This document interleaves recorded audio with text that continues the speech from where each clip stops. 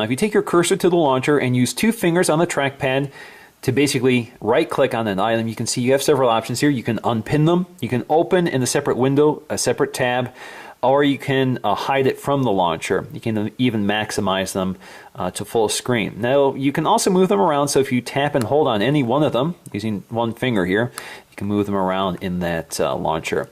Now, if you go to more apps, you can also add more of these, or some of these apps to the launcher. So, for example, I use Google Play Music a lot. So if I basically use 2 fingers to right-click, I can go ahead and pin that to the launcher, and you can see it's now added. Now, if you look at the web apps, you can see Google has already included quite a bit. So we have the web browser, email, YouTube, Google Search, Google Calendar, Scratchpad, which is actually kind of like a standalone app, but again, it's just a window within Chrome here. So, for example, I can write a few notes here, and it will sync to Google Docs for me, so I can access it on other devices. If we go back here, we have Google Maps, which again just launches into the web browser, launches maps.google.com. Google Drive, Docs, Sheets, and Slides, which is the word processing apps. We have Google Plus for social networking. We have Google Hangouts. We have Files, which is our file manager here. Again, it launches into Google Chrome. We also have that Get Started tutorial, which will tell you a little more about Chrome, and you have Google Play Music, Google Play Books, Movies, Games, Calculator, and the camera, as well as something called Chrome Remote, which is a feature I'll have to demonstrate later. Right now it's in beta.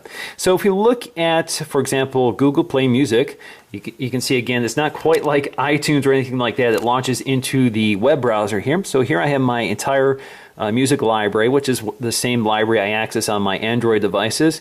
So for example, I can search for Coldplay up here. There you go. I can play it within my web browser.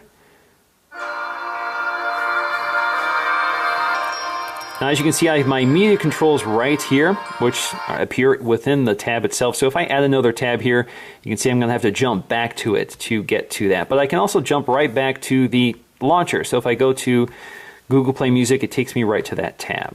Now, you don't have to settle for the apps they've included. You can get more apps from Chrome itself. So you can go to the Chrome Web Store, and here you can search by categories. You can search what you've already installed. You can also see what's highlighted by the editors. So, for example, I can search for Facebook here. And, well, let's do Facebook, not books. So there we go. Facebook, we can add to Chrome. Add. And there you go. It's installed, so I can launch Facebook. And again, it basically launches it as a tab. So if we go to my apps here, you'll now see Facebook among them. Now, the keyboard is also designed specifically for the Chromebook, although it's pretty familiar. So if you're used to using a Mac or PC, you're going to have a pretty familiar experience here. So you have the Control and Alt keys. You don't have the Windows key or the Command key from Apple.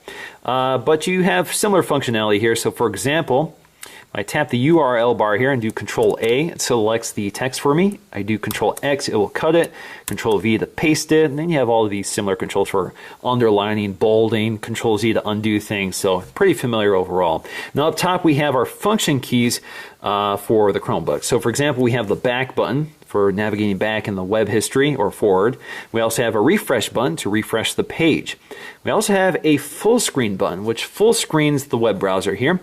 And we also have sort of a alt-tab function here, so you can tab between all of your open windows. Now, you also have your screen brightness controls here, so we can bring it all the way down or bring it all the way up. Volume controls, so we can mute it or increase volume or lower volume. Now, in terms of audio quality, this does have a set of dual speakers here. So if let's go to my YouTube channel here.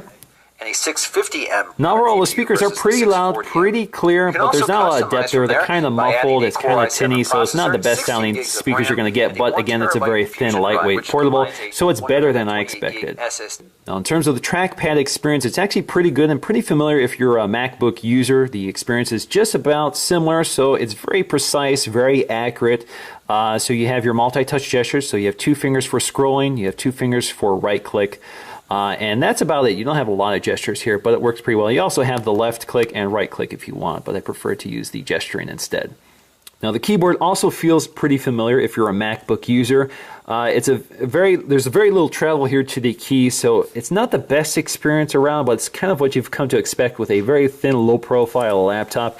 I can type very fast with this keyboard, just like I can with the MacBook Air. It feels a little mushier than the MacBook Air keyboard. The MacBook Air feels a little more solid. This tends to feel a little softer when you tap those keys, so you don't get that more satisfying feeling when you hit the keys, but it's pretty similar, so I definitely have no complaints here. Now, in terms of the display, it's kind of typical. It's not an IPS display, so it kind of has poor off-axis viewing. So for example, if you close it, you can see that horrible blue glare, but that's pretty typical. I mean, the MacBook Air has that problem as well, and this is certainly much cheaper.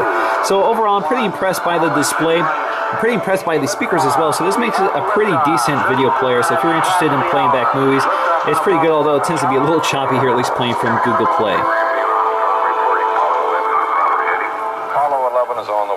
Now, in terms of performance, you can see that scrolling is pretty stop and go. It's not very fluid at all. So you can see it's still choking, especially on websites like The Verge, which are pretty graphically intensive. So there's a lot of content here to scroll through. So it doesn't really keep up, unfortunately. Now, other websites like CNN are pretty smooth, so you don't have as much trouble here with lighter weight websites. So the experience is not universal, but this is definitely not as powerful as a full-fledged laptop. Now, just to show you the comparison between the 11-inch MacBook Air versus the Chromebook, you can see they're very similar in form factor, but not quite. You can see that the Chromebook is a little taller. The MacBook Air actually has a wedge-shaped design, so when you put your hand down here, you can actually feel the slope here versus this. This is more flat. And of course, you're using very different materials. You have the plastic versus the aluminum. You have a glass trackpad versus a plastic one, but the design is awfully similar. And you have a very different hinge design here. So you can see we have a hidden hinge versus this pop-up hinge, which is more exposed. So let's close them up. And you can see I also have a case on this right now, which is really hard to get off. But if you look side on, again, you can see that wedge-shaped design to the MacBook Air. You can also see it has a smaller overall footprint. So in conclusion, the Chromebook is not exactly a laptop replacement for most people. It's still pretty much limited to what you can do on the web.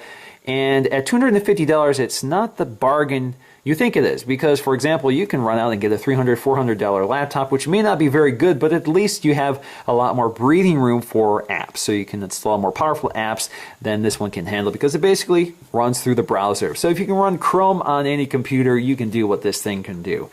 This is lightweight, portable. I think it's a very nice design, even though it's using cheaper materials. I really like the form factor. The speakers sound pretty good. The display looks pretty good. The trackpad works great, and the keyboard is pretty comfortable. So I really like the design. I like the hardware, and I'm already heavily invested in the Google ecosystem. So for me, this actually works pretty well. I know how to use Google services. I know what's available.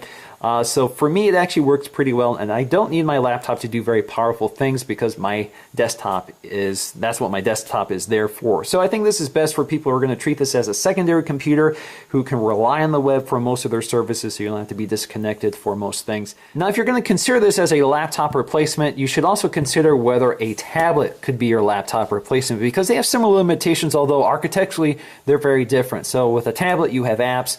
With a Chromebook, you have web apps, so you're dependent on what you can load in a browser. Apps give you a lot more versatility, so actually apps are a lot more powerful than what the web can do right now.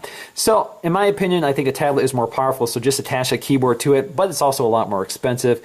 So it's kind of a conundrum for most people. I think the Chromebook is great if you need a keyboard and you have simple tasks to do, such as web browsing, word processing, that sort of thing. It gets the job done, but you're still limited, and I think $200 tablet such as a Nexus 7 can get the job done better than even something like this. So that's going to do for me, guys.